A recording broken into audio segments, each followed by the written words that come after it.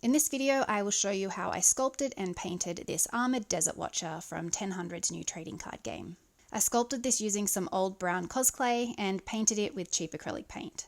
My clay is so old and dry that I spent over an hour mixing in oil and conditioning it. Well, I'm not going to say what that looks like now. I keep running it through the pasta machine to get it to look like anything else, and it's a good starting point. I printed 1000's sketch from this video here, and that is the size I'm going with. I'm placing it on some crumpled up foil to give it a textured back. I really don't think it was worth it. I then lay the print on top, trace around the edges and some of the details with a ball tool. That way we can make it as accurate as possible. Remove the foil from the back. Yeah, that was definitely not worth it. Starting with the furthest part back, inside the mouth. Thin bit of clay for the tongue, trace around the tongue on the print and blend it to the base. Same for the teeth, and I changed my mind.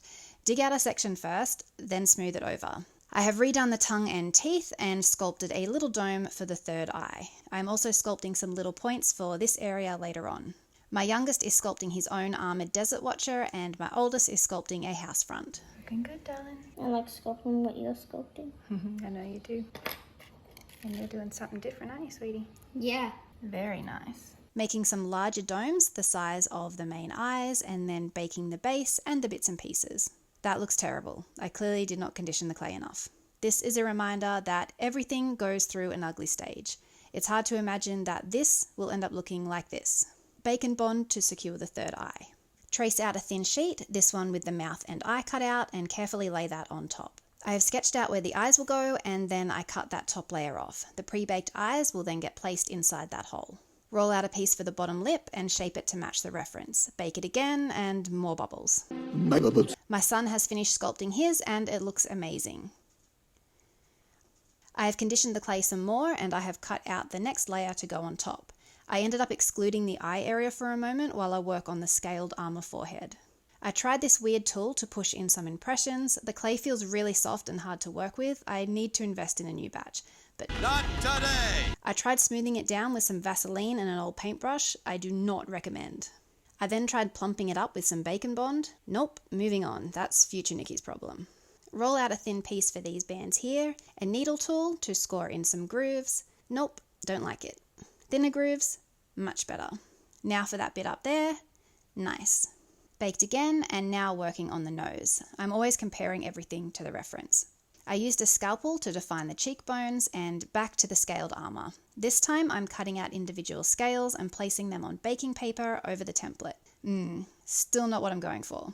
Instead, I moved on to plumping up underneath the eyes, blended it all in and marked in the eye squints. Baked again and it's starting to come together. It's still not great, but it's an improvement. Now for this fancy eyelid armor.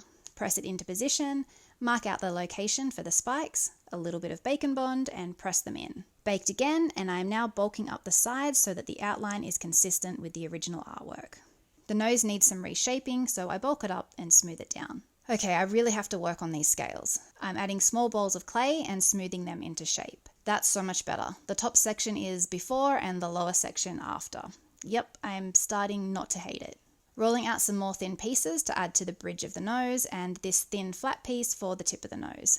Now for all these pieces. I keep rolling out lengths and adding them wherever necessary and keep checking the placement alongside the original. Here I am refining the face a bit more by carving away some areas with a scalpel. And then I gave it a soap bath to remove all the excess oil.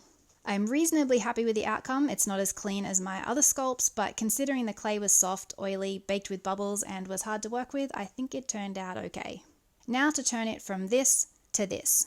Just before I started painting this, 1000 opened up his pre-launch, so I jumped straight onto that. I really love that Biome Watcher. I kind of wish I sculpted that one instead, but like 10 times bigger. These are the colours I'm thinking of using, and I have the reference in easy view. Making up my wet palette and mixing up a nice dark brown for an undercoat. It might seem counterintuitive painting the brown clay brown, but I prefer the way the colours on top react with the paint underneath. Adding some lighter brown to the scaled armour, mixing up some light yellow for here. Oh my goodness, this is going to need so many coats. And back to the ugly stage. At this point, I am just slowly building up all the basic colours. No joke, this took me more than 20 coats to get it to this basic colour blocked stage. I will buy better paint one day. After the solid colours are down, I then go in with the larger shadows. These are also going to require a few coats. I am consistently checking the reference and keep working those shadow areas. Adding a little bit of brown to my yellow to create a less harsh shadow on the lighter areas.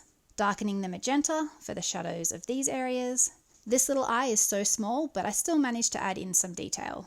And a little dot of eye shine. I like it. Well, that's the shadows in. Now time for some darker, detailed cell shading type of lines. This will help it look a lot more cartoony.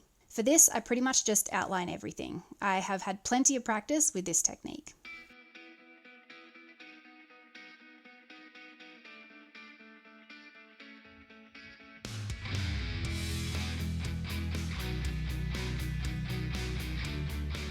And now time for the highlights. For the shine on the scaled armour, I am dabbing on the paint with a ball tool.